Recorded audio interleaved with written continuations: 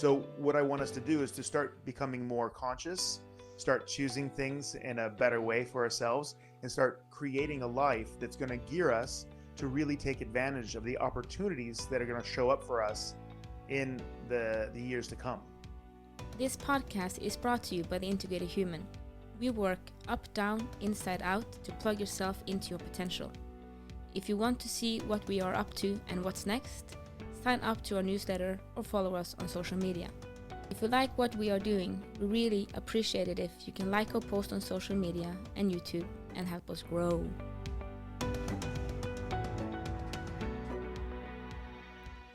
All right. Welcome to the Big and Small Podcast. I'm Jason Shields and I'm big. And I'm Marit Gabrielsen and I'm the tiny one. Yes, you are. Mm-hmm. But no, a big black belt. That's it. Woo! Amazing. In Brazilian jiu-jitsu. Yes. So no confusion. So many things have happened since the last time we got to speak on the podcast. It's been amazing. And we're just going to say this straight away. Even I will actually say it straight away.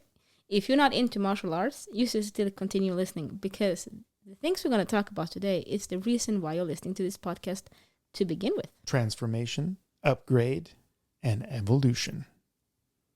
Yes. That's it. You say stuff like that, I don't know how to continue. Oh, just... It's kind of like, okay. Right. Hallelujah. Right. Hallelujah, brother and Jason. The end. Yeah. Okay, and what now? Yes. I don't know what to continue from. Yeah. That. So you're a badass black belt now. I'm a black belt at least. Yes, you are. And extremely high level black belt. When we were there, shout out to Ryan Thomas, who probably listening to the podcast. Hey, Ryan.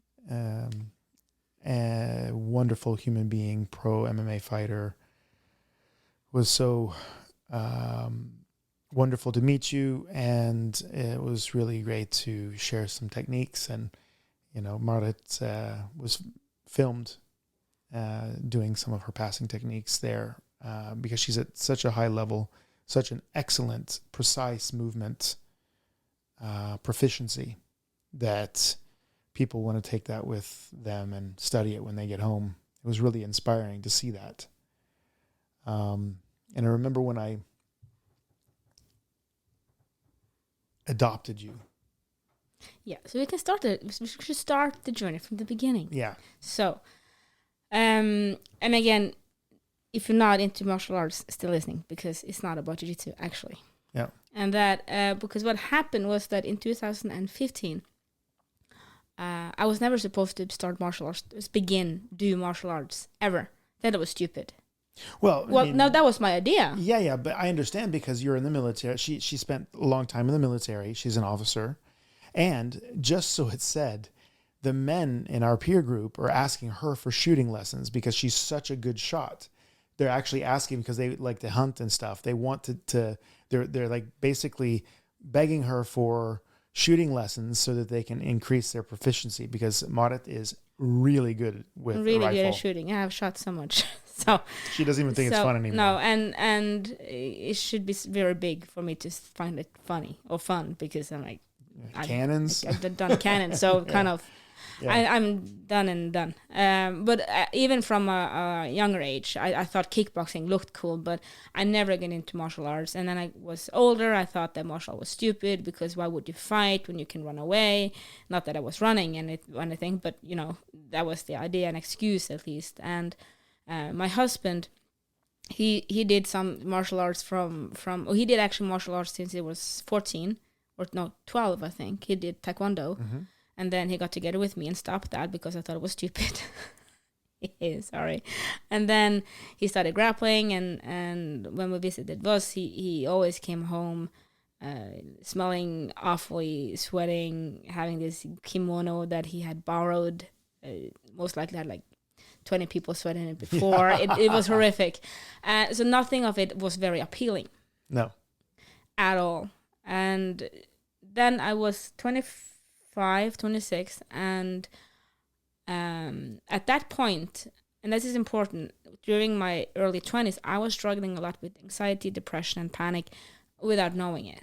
I didn't know I had stuff, but I didn't know that was what I was having, and it just was awful. And it got a little bit better, got awful again, but you would just work through it.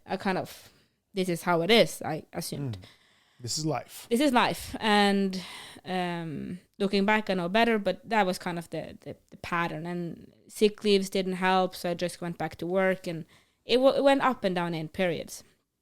And then in the winter of 2015, I think it was, I was struggling a lot. I was having a very good job in the military, in the military academy. I loved my job, but every hour outside job was pretty horrific. I lived in 5 square meters.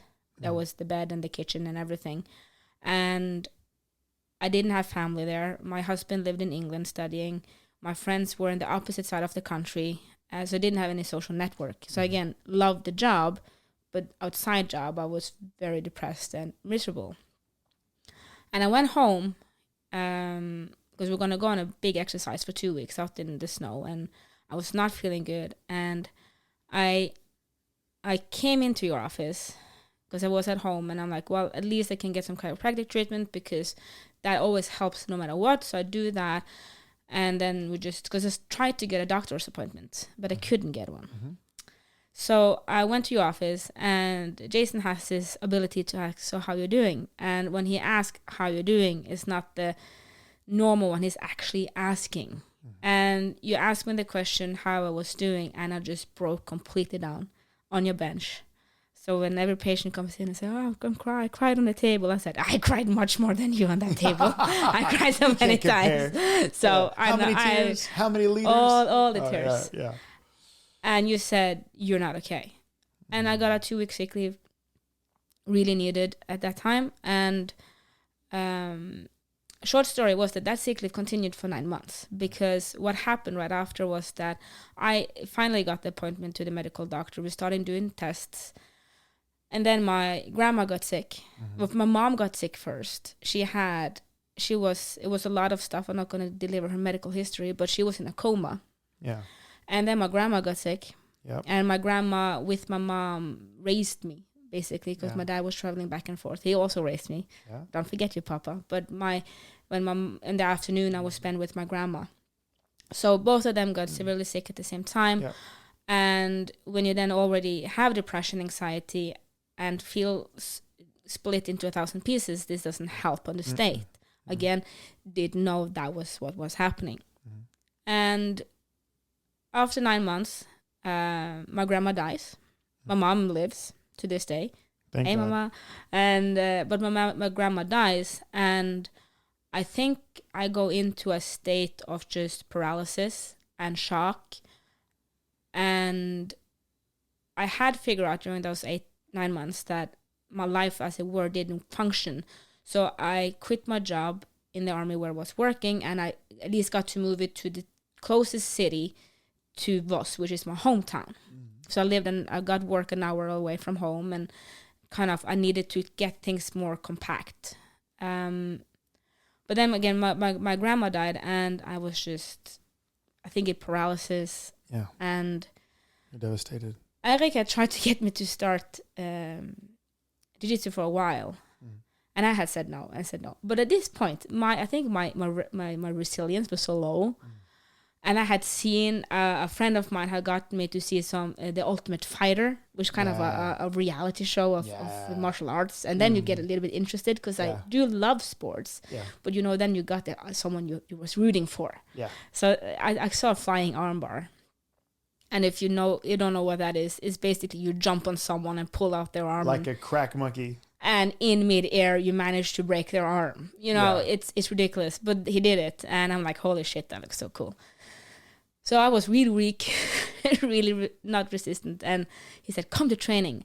And I said, nah. And then I think he asked you to send me a message. And then you sent me a message. I'm like, okay then. So I came to training, and we did the hip escapes. We did the basic movement of jiu-jitsu, and I fell in love straight away.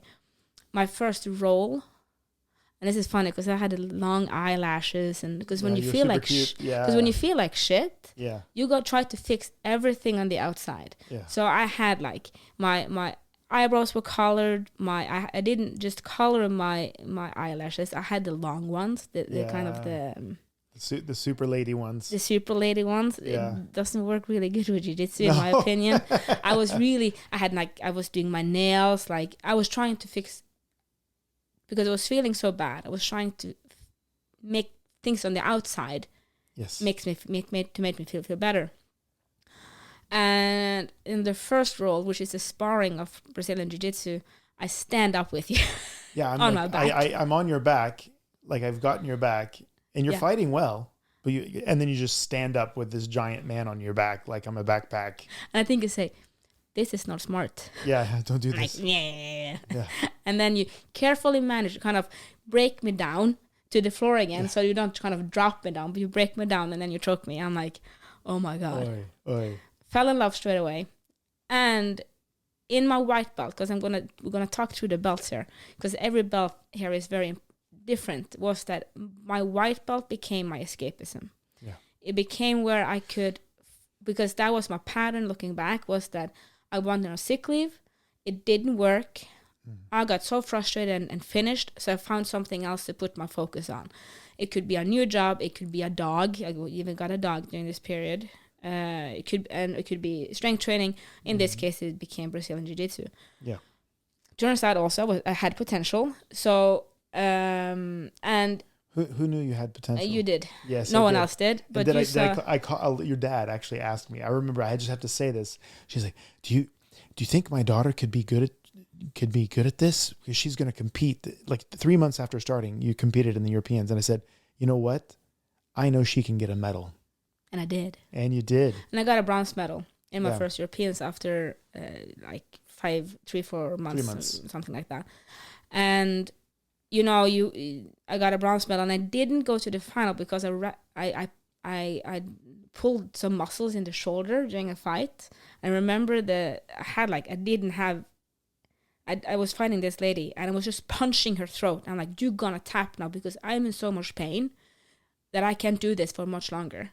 So I'm kind of just not punching, but I'm taking this. You have to tap. Yeah. Because this is too painful. Yeah. So because of that, I didn't compete. I pulled out instead of losing, which is very interesting in my process looking back, because if I had lost that, a lot could have looked different. Yeah. If I'd been able to fight the next fight and lose, still getting a bronze.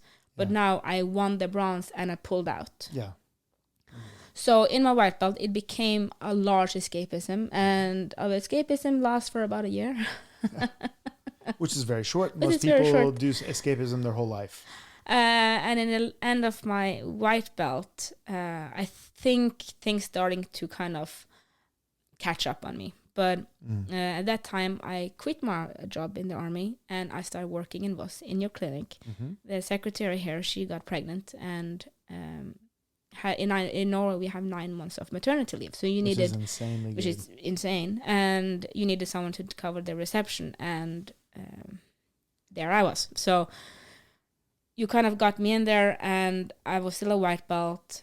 And remember, we had a training then in white belt where another black belt was visiting, and I was rolling all that I had.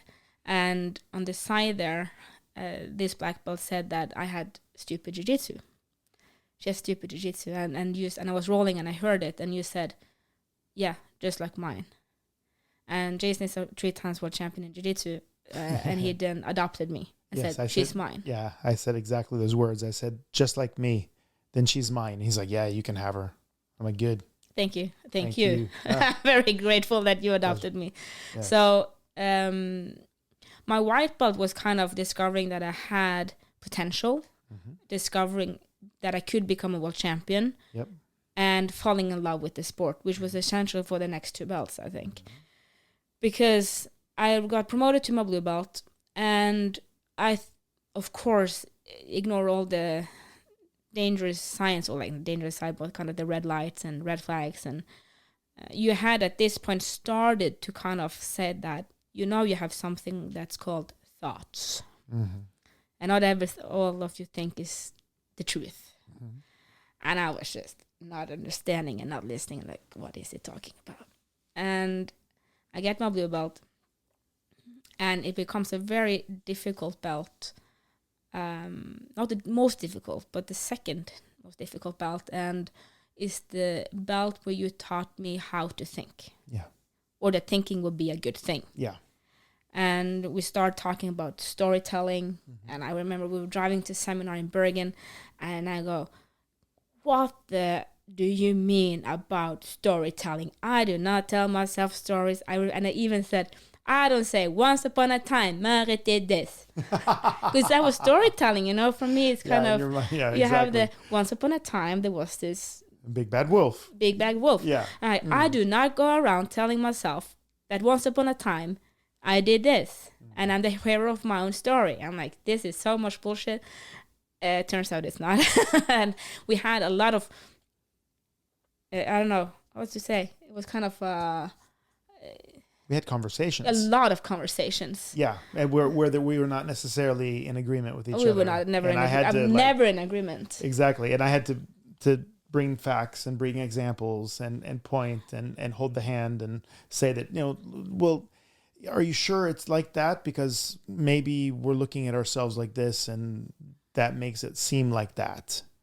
Are you sure? Like if you have low self-esteem, when somebody says, oh, haha, that's funny, you think, oh, they're talking about me. But then you realize it's something else. And the reason could be why this is important in this conversation to talk about is because I was starting to the conflicting or limited beliefs I had starting to really show on the mat. I was fighting people on the mat and like in competition, and I was losing the things I didn't normally lose to, and the conversation, the words I used after were not correct. Yeah. And that was kind of why we started to work on this. Mm-hmm. Mm-hmm. And I remember we had gone to European Snowgi and Rome Open, and I done quite well, but I was going to win that thing. I didn't. And someone else won. Mm-hmm. And I was so fucking upset. Sorry the bad language, but I was fucking upset. Mm-hmm. And I had my back blew out. I couldn't walk. And it was a shit show. And I was so upset that someone else won that I felt they didn't deserve it. At least, or if they deserved it, like, why couldn't I win? Because I deserved it at least as much as they did. And I had worked just as hard. And my back blew out and I couldn't walk. And it was a shit show. And then you kind of started to mention that. Well, you did walk 2 days after competition. It wasn't before you got home that your back blew out. And I was like, how can you come here telling me that this is not true? But then it happened once, it happened twice, and the third time it happened, I thought, it is odd that I train 20 hours a week with men. Yeah, with 90 kilo, like we're talking 200-pound men. Yeah. Okay. She's 120 pounds, 60 kilos, guys. Yeah. So, and I competed now with 60-kilo girls. Mm-hmm. It's 3 days. I've been walking in Rome for 3 days now. No problem. Eating gelato, eating pizza.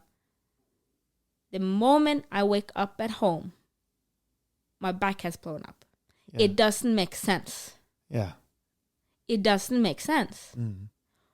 Because the fights are actually not as hard as training. Not at all. And they're shorter because usually I get tapped out. So, either I tap them out, either I tap them out quickly or I got tapped out quickly.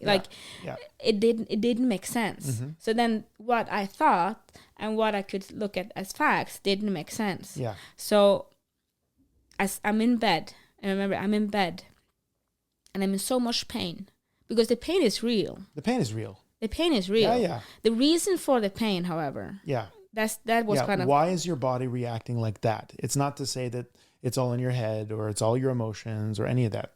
It is actually real pain. It is. And it's in your body and your back is spasming. Yes. Yes. All of those things are true. Yeah. But why? Yeah. Is it because of the hardcore competition, or is it a reaction to the loss in competition? Exactly. And I remember laying in bed, and I think I texted you something like, maybe you're right. Yeah, maybe you're right. Yeah. What can we do?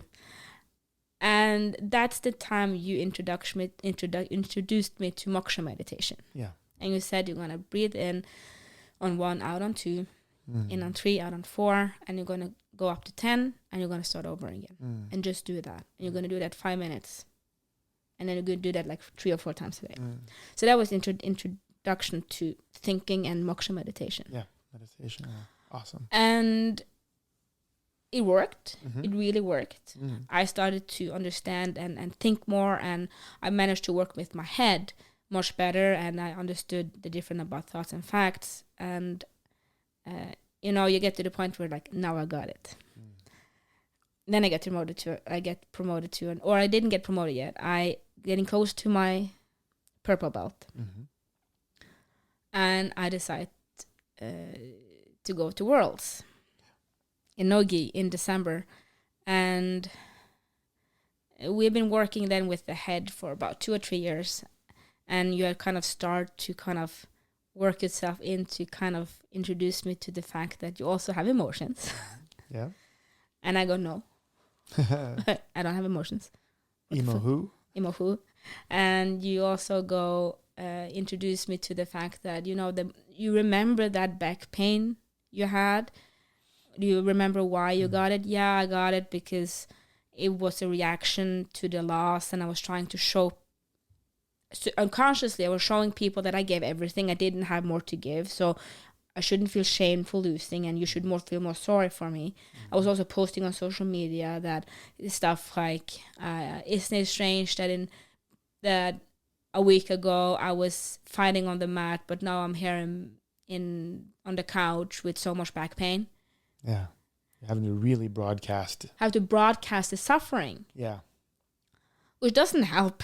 No. It makes everything worse. Why? So that was kind of all of those processes we did through the blue belt. Yeah. And more, but we don't have 6 hours for this podcast. So that was kind of that process to starting understanding that you have thoughts. And then you started to introduce me, as you had introduced me, to the fact that you have thoughts, to the fact that you have emotions. And again, I don't have emotions. What are you talking about? And I have suffered with a lot of migraines. Yes. And you said, do you think they can have any connections? I'm like, no. Because even a crazy person wouldn't give themselves migraines. Yeah. Because they're so I'm like, bad. I'm not doing this to myself. You're just, shut up now, Jason. Shut up, because that's not true. I would never give myself that thing. I did. Yeah, I turns did. out. So I go to World Snowgi blue belt. I'm in extremely good shape. I was going to win that thing. I was always going to win that thing. And I go in, and I got choked out within a minute. Resulting in a major panic attack, so much anxiety, super depressed, get home, get promoted to purple belt. And my world has just fallen apart, and I'm miserable, and I'm making everybody around me miserable. And this is also the time when we have, it was a lot of fires in Australia. Yeah. And we're walking to training, and I'm like, I don't understand. I tell you something like, I don't understand what's going on with the world, and the world is horrific, and why do we even bother? And fucking koalas are having gas masks on their face because they're getting poor koalas. Poor koalas. Yeah. And then I think you just go, okay, we need to have a conversation. And you sit me down and you say, and it sounds harsh, but we have also always agreed that this is okay. And you sit down and you say, if you don't snap out of this, I will not let you compete in the European World Championship in a week. Yeah. If you can be there, if you decide not to snap out of this, you can, and you can be there, But if you compete, I will never coach you again. Yeah.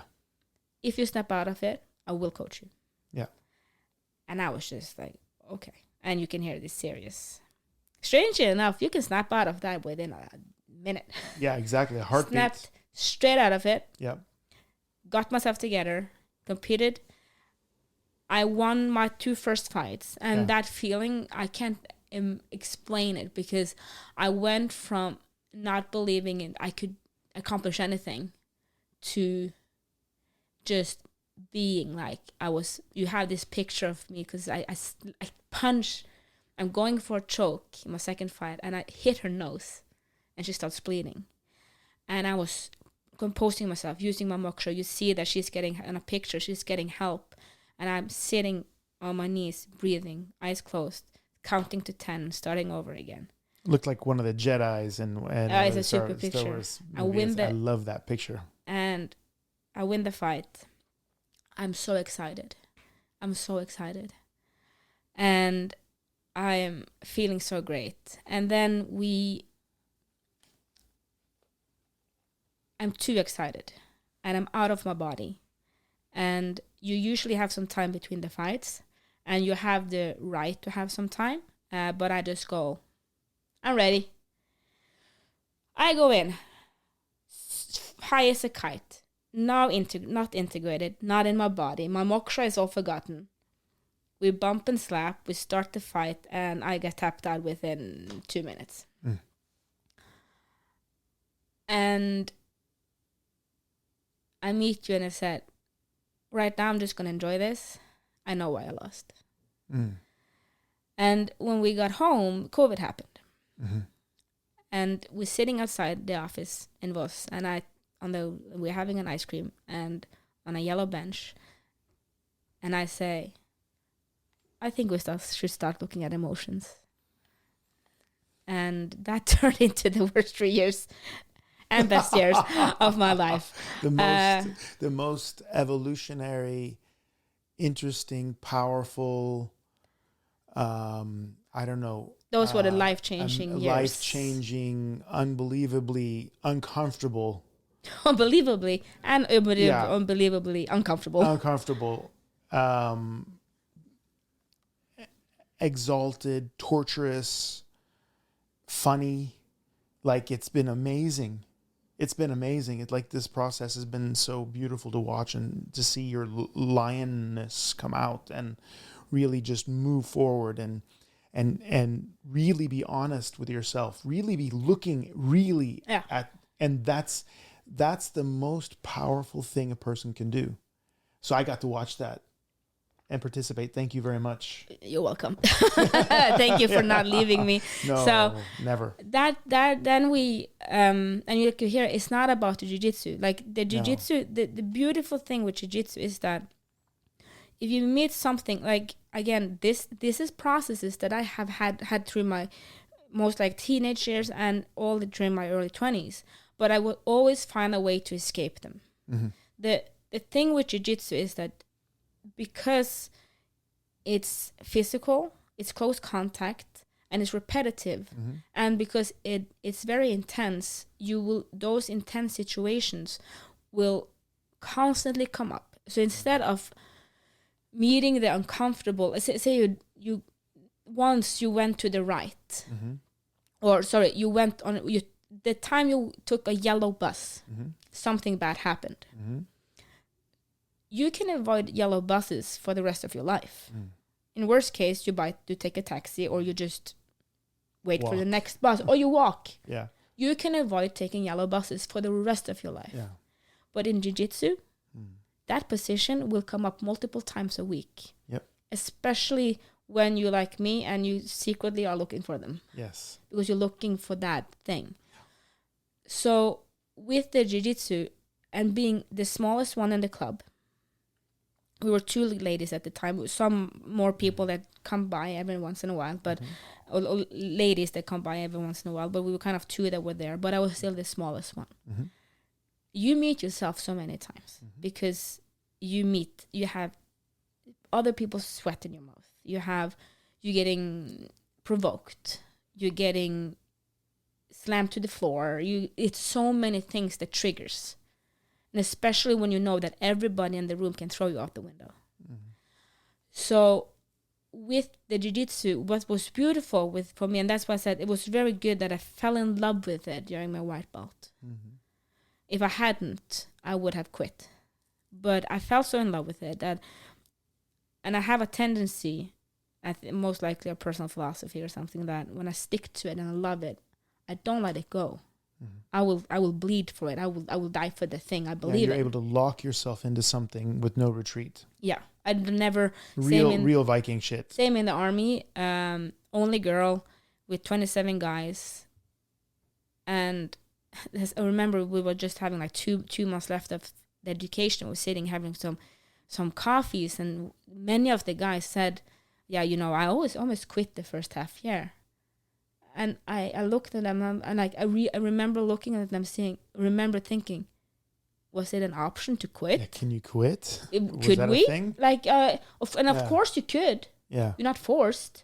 Actually, there you're not forced because at least me, that's a lady there. I could actually quit. Yeah. But I didn't think that was an option. And same here, quitting was never a thought. Wasn't a thing. I was doing jiu-jitsu. Yeah. So we started looking at the emotions, and that was an intense year. And to really look at anxiety and sit in it for hours. And we were sitting next to each other. Poor guy, he was sitting next to me for hours when I had panic attacks. Yeah. And the thing is, you never said anything. You never did anything. You never tried to help me in the way of taking it from me. You were there as support, but I had to go through it alone. Yeah. In the way that I had to face work. My own demons. You had to I weren't alone. You always there. I could always get help, but my demon was my demon. Mm-hmm. And finding excuses and say you don't have to, or that wouldn't help me. That would just be prolong it. So you were always there, but again, I had to go through that. Mm-hmm. And you were reminding me when I was having doubts, and I had enough. I have enough. You came back and said, "Why are you doing this?" I said, "Yes, okay. That was why I was doing this. Yes, okay." And we continued, and we did that for 3 years. Yeah, that was when also this podcast was born. Yeah. You should go back and listen to some of if you're joining us for the first time now, like many people that were with us in Brazil probably are. Yeah. You should go back to the first episodes and just start listening, because you really understand the process of unfolding yourself, because it's not just Marit, it's everybody. Everybody must go through this process, and you can go through it quickly, or you can go through it slowly. You can go through it halfway, or you can go through it all the way. And Marit's the kind of person who wants to, she doesn't eat an elephant one bite at a time. Which I would recommend to everybody. And I said, the way I did this, I wouldn't do that to anyone else. No. It's your process. It's my I did it very consciously, and I had great support in Jason, and I had a family life that allowed me to do that. Mm-hmm. And allowed that process. Yes. And understood, although not understanding what I was doing, at least respected me enough to let it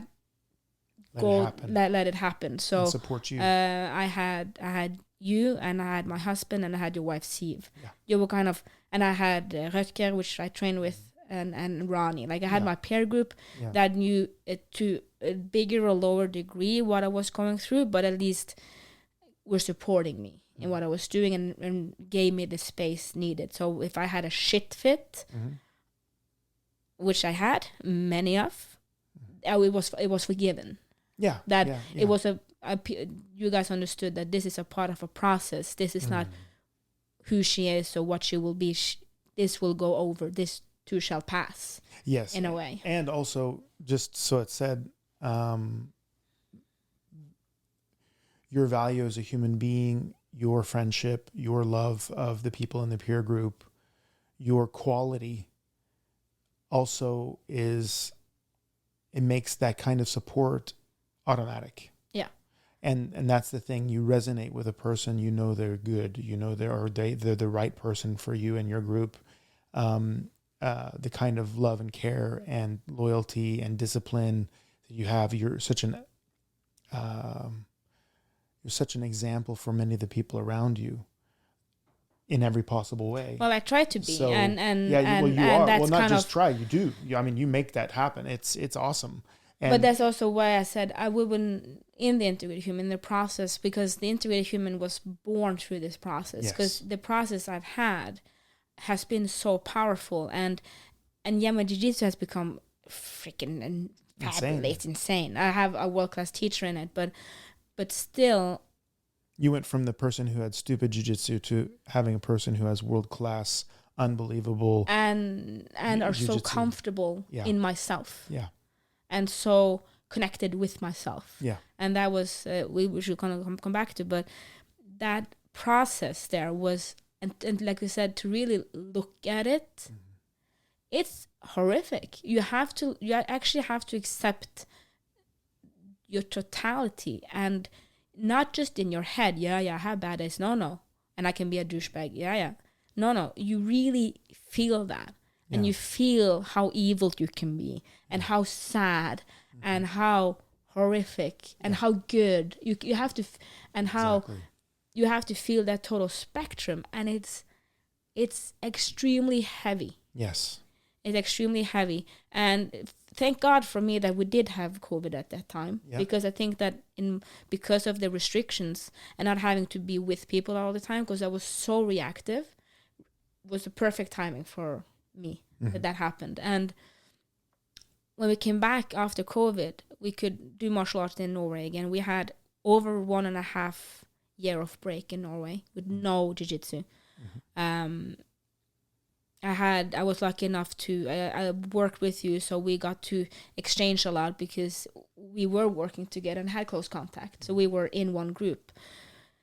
And so you and my husband, poor guys, got to feel it. When we came back, I was still in that process, and it was a lunch training, and I got a panic attack. I have had, to that point, I've had manic panic attacks on the mat, but this was the largest one ever. Yeah. So I got this panic attack, and I'm standing at the edge of the mat, because in Brazilian Jiu-Jitsu, the rule is that if you step off the mat, you break the rule. You break the trust, and you're not allowed to just storm off the mat. And as a higher belt, you really cannot step off the mat, because then if I can step off the mat, all the belts under me are also allowed to step off the mat. And I was really aware of the rules, because I had cleared my head enough to be able to think. And even if in the emotion, I had some sense of clarity, although everything was horrific and you felt everything, you had that piece of quiet. Place of quiet. And I was standing at the edge of the mat, and I was breathing, counting to 10, and at the same time wanting to rip my throat open and my chest open, because it was so painful. And I was breathing and breathing and breathing and looking down, and you, Jason, you came over to me and you said, "Are you okay?" And I said, no, I'm not okay. And I was hyperventilating, hiding in the corner, hyperventilating. And you said, well, just go over and move with that guy. And I looked at you and I said, I should not touch anyone right now, because I will injure someone if I do. And you said, that's okay. You're allowed to bow off the mat and walk down. And I walked down, and I had a massive panic attack. I think it's the largest one I've ever had. But that was also the last large one to that scale that I had. And in that situation, what had happened was that I managed to see it and control it and accept it. And I also knew that when I was done with the panic attack, that it will release itself. I will feel better. And one of the reasons for this panic attack was that This was in the summer of 2021. Was that when we went to the World Championship? I think so. Yeah, I believe so. Because Jason COVID had disappeared, and we in Norway then had 3 months of training, and you had surprised me with a trip to the World Championship. And if you want to hear about that, you can listen to some podcasts back. But all of that pressure, I felt the pressure of all the work we'd done, all the pressure from COVID, all the pressure of the World Championship and dieting. And it was so much, but because of the intensity, I think that was why I don't know, that's what was needed for me to kind of get that extreme attack. And again, what saved me was the ability to keep the moksha, to be able to keep that, because even in that you can't explain how horrific a panic attack is. And then I've been dealing with it for over 2 years. Yeah. And they were increasing. The strength of them were increasing. Yeah. The only way, somebody asked me one time about exactly that, like, what do you mean panic attack? They've never had one. And I said, do you know that feeling when somebody scares the crap out of you? They come up and they grab you from behind and you jump and you're like, fuck. You know, you scream or whatever. You feel it in your throat and chest and or you almost crash your car. You're like you know that, oh shit, that could have gone, oh my god, and you get that rush in your whole body. Just that, except for hours and hours and hours and hours and days and weeks. Yeah. Like that shit doesn't stop. It's like you being terrified, totally terrified, and your head knows, but you're terrified. Yeah, and when you haven't worked with your mind yet, it also takes over the mind. Oh yeah. So, and that's why this process, why we work the way we work, because when you use moksha, you do find that place where there is peace. Yes. Where you are able to observe. And without that, this whole process would have been fucked up, because that place saved me so many times. Yes. And I go to the World Championship, and like, again, go back to this podcast before, but I had a broken eardrum, a broken jaw, a broken foot. I had allergic reaction to sunscreen. My eyes were swollen shut. Looked like Kermit the Frog. Like everything when shit was sideways. Yeah, and we can laugh now, but we it can laugh now. It was and crazy. I managed to not stop. Yeah. I managed to think during the fight. I managed to evaluate. I lost the third one to the lady that had the best day ever and the perfect counter game to what I had. And it was the perfect match for me, perfect fight. And that was the day I realized that it wasn't about the jiu-jitsu. Yeah. That was, before that, all the work I've been doing had been for jiu-jitsu. Exactly. Has been to get the white belt, to get the blue belt, to become a world champion. Yeah. But that day, I realized that medal is not what I want. What I want is for... Actually, it's hard to say without crying. It's actually very hard.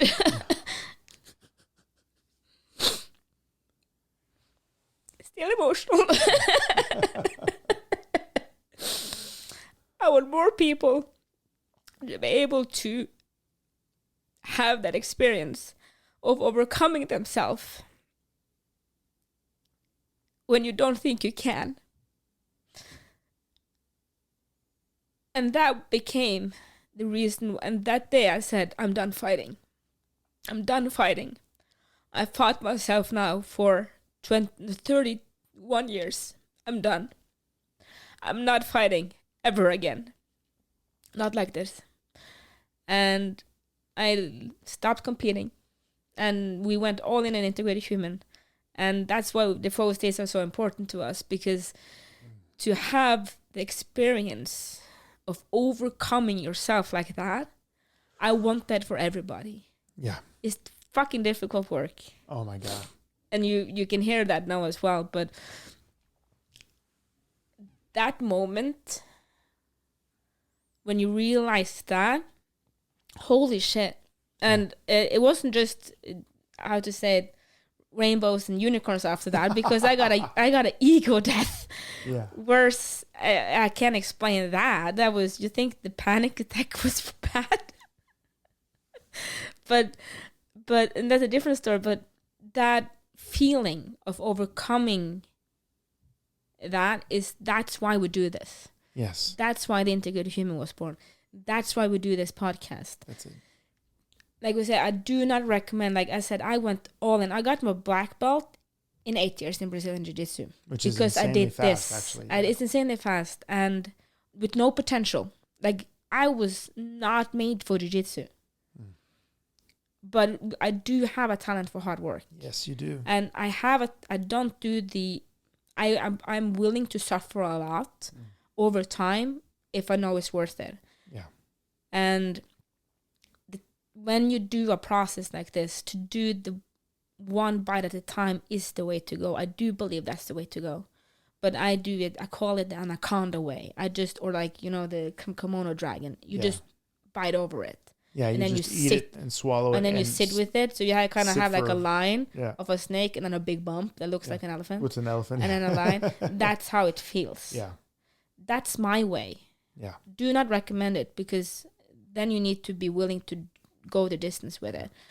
But every small step helps so much. And like you say, change your mind 1%, everything changes. Yeah.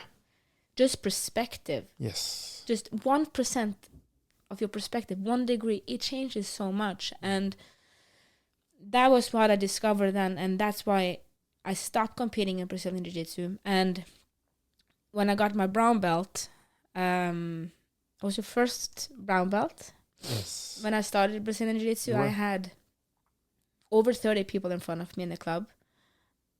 That day, I didn't have anyone in front of me. That's right. Or, sorry, I had you because you were in the front, but I didn't have anyone in the line. No, in terms of the club. In terms of the line, no one. You were in front, so you were always in front. And it became such a huge thing. And my brown belt became about enjoying. And it's been very hard, and still working with it, to be more relaxed and have fun. I find it, because that's also the thing, after a process that been that hard, it's very difficult to have just fun. Yeah. Because you kind of forget how to have fun. Yeah. And because you free yourself so much from thoughts and beliefs and before if I wanted to just relax, it was easy. Chick-fil. Yep. Grandiosa frozen pizza. Mm-hmm. Salt and pepper Marit chips. Yeah. And Candy King. Poof. For those 4 things, happy. Yep. Easy. So candy, salt, pizza, chick flick. Yeah. Wow. Yeah. Happiness. Happy. Yeah. Now? No. Oh. Because they don't have those hooks on you anymore. Exactly. Which is very liberating. Yeah. You're free. But at the same time, you're super free. But at the same time, what makes you happy? You don't know. Yeah. And that's kind of I'm having a realization right now. Maybe because it's the moment. Oh, snap. It's the living moment that makes you happy. It's your my relationship. God. Yes. Oh, my God. I like it. But yeah, I didn't actually think about that. Yeah. You said it many times. But again, that has to do with the realization like this. You go, oh, shit. You were so free. So then to enjoy and be happy has actually been quite difficult. And I'm getting better at it. But it's been a journey. And it's difficult. Like I said, I'm done fighting, but it's difficult to not take the fight. Yeah. And then find out which fights that's been worthy. Yes. And also that other people wants to fight and then be okay with not fighting them back. Yes. It's been challenging, but it's really nice because I roll now with people. I think that's I talked about you now when I got my black belt now. And I've been rolling with a lot of new people. And it's been really interesting because many of them are still fighting. Yes. And it was such an experience to roll with some of these and feel the fight that they had. And understanding that fight and understanding and have compassion and not fight it back. Yeah. Not having to show them that I'm better or I can fight you back, but let them fight because they're having their process, and I honor and respect that. But then thinking, for instance, okay, they are fighting, good. How can I get a good training out of that? Yeah, exactly. So I got to work on my defenses a lot, and can still walk away having a good training and having a lot of compassion for the people I was training with. And there's one thing for people who are listening who don't do martial arts. When Marit says fighting, it's not just, but don't you fight in martial arts? Well, there's a difference between sparring and fighting. Sparring is kind of like exchanging techniques and going back and forth and having fun. And you go, oh my God, you almost got me. And okay, and then, oof. And then it's kind of like the other thing, the best analogy in boxing is trying to knock the guy's head off.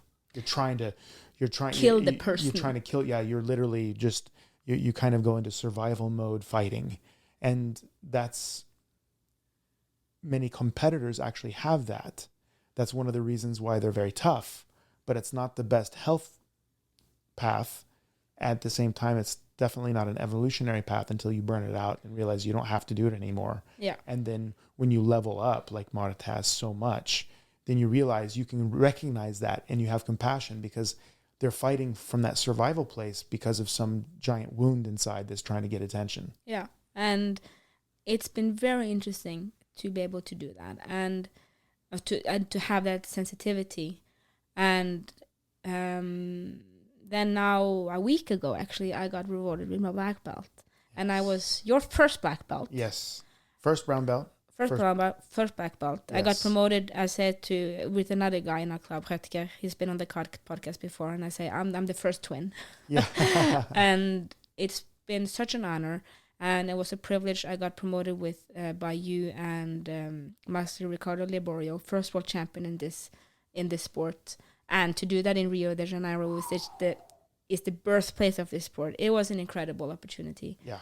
And legendary opportunity. And it's very interesting because this week I've had many people congratulate me, and many people tell me, be aware now for the depression that's coming. And it's been very interesting because some months ago we started talking about, and we talked about it a lot before, but now more specific about what happens if it's an event and what happens if it's in a process. And for me, and then I started to look, because I had 4 stripes on my belt, and then at one point within a week or 2 years, the black belt will be the next thing. So I've been really aware of the last year since I got my 4th stripe that when that happens, that's just something new. It's not an end. It's not an event. It's something new. And I've been working on feeling of accepting the becomingness of a black belt, and been looking forward to the new chapter. And that's it's just a week, so who knows what's going to happen. But I've had so many after competition depressions, and this doesn't feel like that at all. No. Which I don't feel super excited. I just feel very calm and collected. Yes. And I want to improve. I want to, when I get 3 stripes on my black belt, I would like to have shown that I'm a 3-stripe black belt, that I've been working for the last 9 years. Yeah. Because it takes 9 years to become the 3-stripe black belt. So to have that progression, because it's just something new. Yeah. And I would like to be a black belt I would like to be the black belt I wish that I had in a woman. Because when I started, you weren't the black belt, you were purple belt. Yes. And you are the black belt I would have had as a coach. I would never change that. But we're so few ladies in the sport, and to be, when I meet others, to be a black belt that they would like to have had or like to have. Yeah, when they look back, that person made the difference for me. They were kind, they were good. Yeah.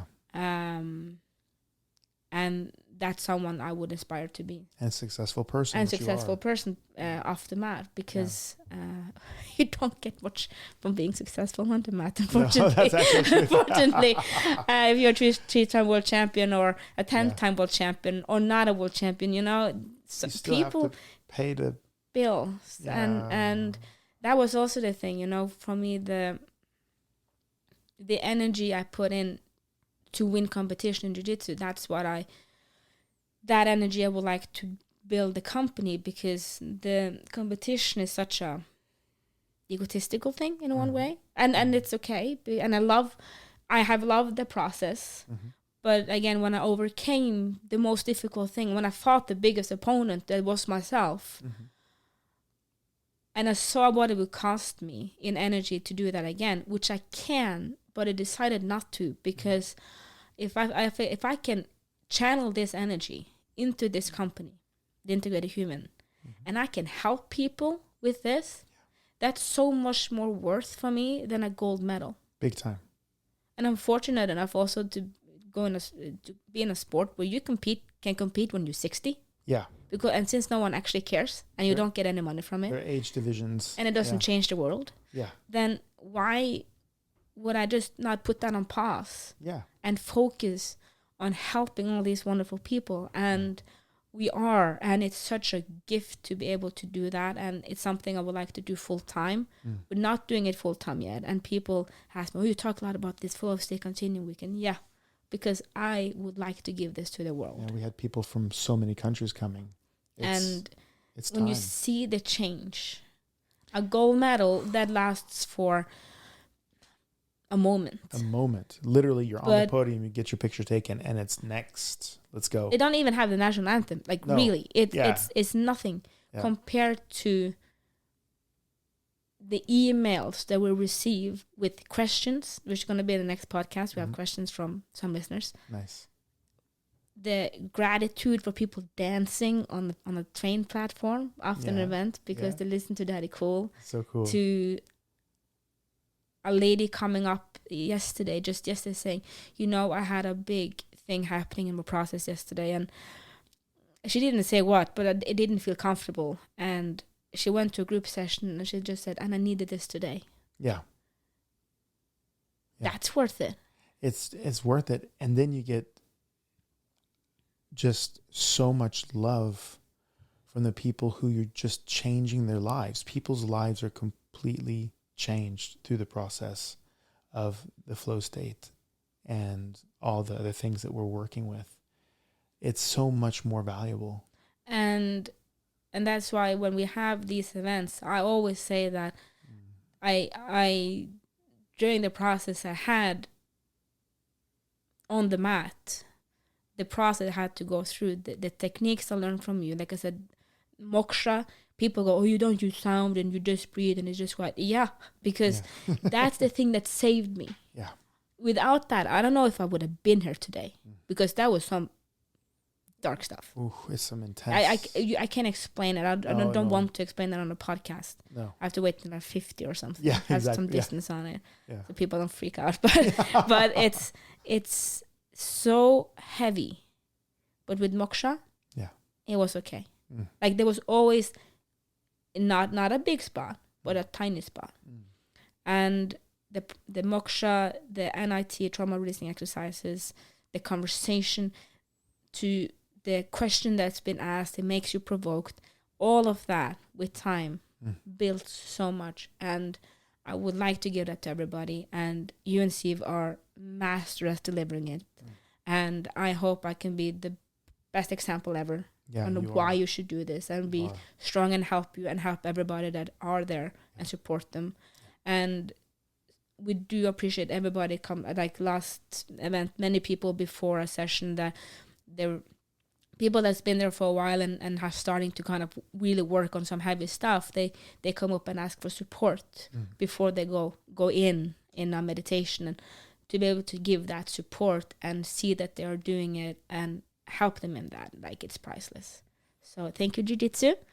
Because without jiu-jitsu, we wouldn't be here. Yep. And well, that's a long story about my belt. Yeah. I became a black belt a week ago. Yeah, that was the point. Yeah, amazing. And I'm really appreciative for the opportunities that you're given through the sport. And I'm not going to quit jiu-jitsu. No, like I said, we still love you, jiu-jitsu. Yeah, we still love you, but my process there now is totally different. Yeah, and the focus is the integrative human. Yes. And building this company to become large, to help thousands of people. Yep. And for them to have that moment that I had in Purple Belt Master Worlds, where you actually, and you have many good small moments before that, but that moment when you can just, you honor yourself like completely. Yeah. I can't explain that. It's just such a life-changing moment. I think that's the best word. That's beautiful. Do that. Wow. Lots of words. That's so have beautiful. A dry mouth now. Yeah. You're awesome. The nobleness of your soul working through all of this and watching it in such a compact and intense form has been so inspiring and terrifying and exhilarating, and just, it's so amazing to see you work that hard and had get very that good result. guidance. Thank you. Like without you, wouldn't have been possible. First of all, I wouldn't have done jiu-jitsu. Second, my jiu-jitsu would be very bad and it's still very stupid.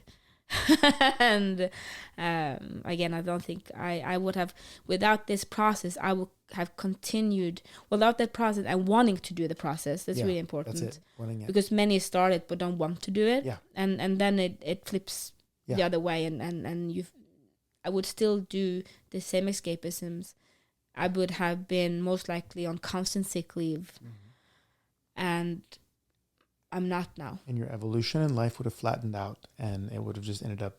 My life would have become extremely small and been with a lot of suffering. Yeah. And not just suffering for me, but I would also blame everybody around me. And I would punish myself. Yeah.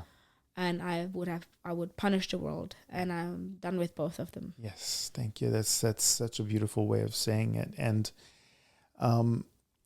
because of your transformation,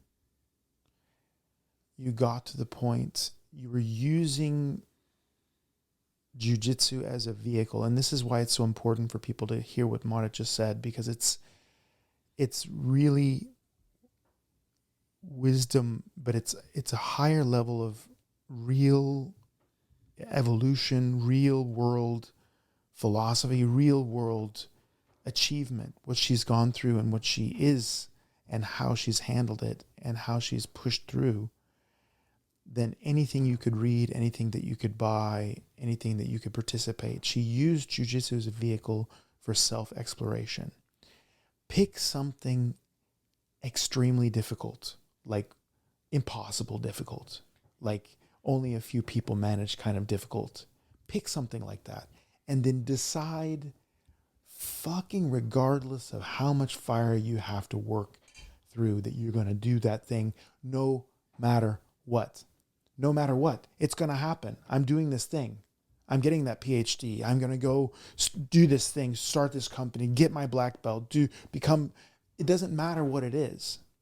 No. It doesn't matter, because the mastery that you gain there, you realize has nothing to do with the vehicle. In her case right now, it was jiu-jitsu. Yeah.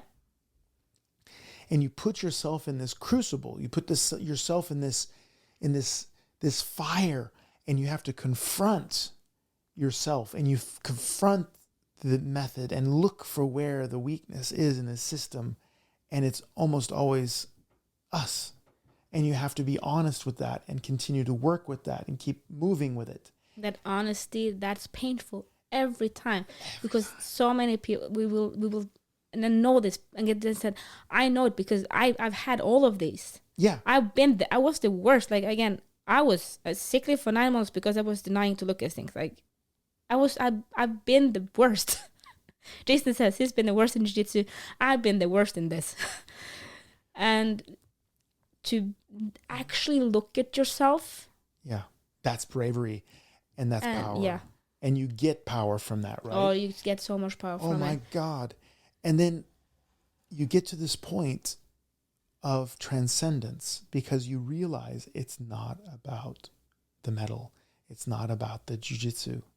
It's about something completely different. And that is transcending it. That's true mastery. That's true mastery of something. She is a master of jiu-jitsu now, a master of herself also. But she's still working on that. Yeah, but it's a process. But it's a process. But you've reached the mountaintop, and now you can see. The question is, what do you want to look at, right? But now and that's actually true, because before also, like with the belts, it's always been, this is the next step. You need to look at this, and now I'm like, same with my jiu-jitsu. There's so much to look at, and I kind of don't know where to start. Yeah, so you kind of just have to find something and build from there. Because you have enough tools to kind of survive life in a good way.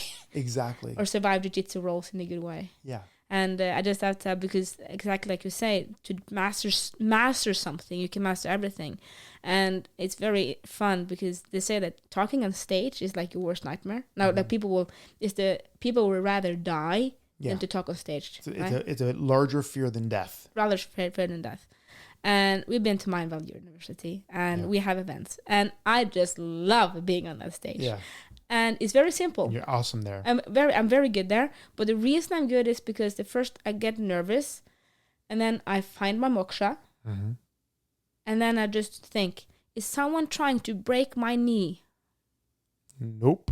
Is someone trying to choke me out? Nope. Then I'm good. Yeah. Because what I've been doing is so much harder than being on stage. Oh, yeah. You're going to take a meeting or talk to somebody? Because on stage, I just have to relate to me and the audience, of course. Yeah. But again, going through that hardship makes very scary thing, like being on a stage. Yeah. Not that scary. It's not that scary. You get nervous and you have butterflies and you get sweaty palms, but then you remember what you've been doing before. That's it. And you go, it's okay. Yeah. I mean, you've displayed complex behaviors under stress in front of thousands of people under time limits where that other person is trying to hurt you. And you lost so many times doing that. Yeah, and you realize you survived. So what if you say the wrong thing? It's okay. It's okay. Yeah, be okay. No one remembers. That's it, right? And the whole point is that, you get to this point also when they talk about this depression afterwards, right? It's not going to happen. And the reason is, there will be depression just like there'll be joy and happiness because we're total.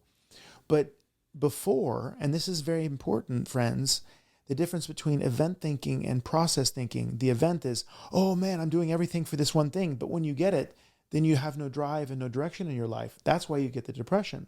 You get the depression because you no longer have the thing to reach after. And you think that, okay, I get my blue belt. You don't get depressed when you get your blue belt. You know that you have to work hard to get your purple belt. You always have another step. But now you have your black belt. So people could think that, oh yeah, well then you're going to get depressed because you finally achieved the thing. Yeah, but I never wanted the black belt. Exactly. I wanted the world championship. You wanted the world yeah. And I've tried that. And I did my process in that. Exactly. My goal was never the black belt. Because you are different now. You're no longer that person before. You are now a completely different being. And it's not about the belt. And the reason why the belt always can't very give cool. It's extremely it's cool. Extremely cool. Yeah. You're badass. You're a master. You're a badass. So you're certified. Yeah. But the whole point is that it's never been about that belt. Actually, some people make it about the belt, but because it's not about the belt, it's not something that can give you a depression because you're no longer that thing anymore. You're not dependent on that thing. Your life's not about that thing. It's not identified at all, right? Although it's very cool. It looks very cool. Yeah. It's very black. And it's a red bar. It's amazing. And it matches you perfectly. It matches me perfectly. Yeah, it does. Yes, it does. So thank you for listening to this very long rambling from my side. But you only get a black belt once. Yeah, that's in jiu-jitsu. You only get it once. That's true. So remember, you matter. Unless you multiply yourself by the speed of light squared, then you're energy. But if you can't be energy, matter. Thank you for listening to our podcast. We hope you felt we added something to your day and hopefully your life. If you want to learn more, subscribe to our newsletter and find us at integrated-human.com. That is integrated-human.com. Integrated Human on YouTube and other social media platforms. Have a great day and thank you again for listening. Love, light, and upgrade from us at the Integrated Human team.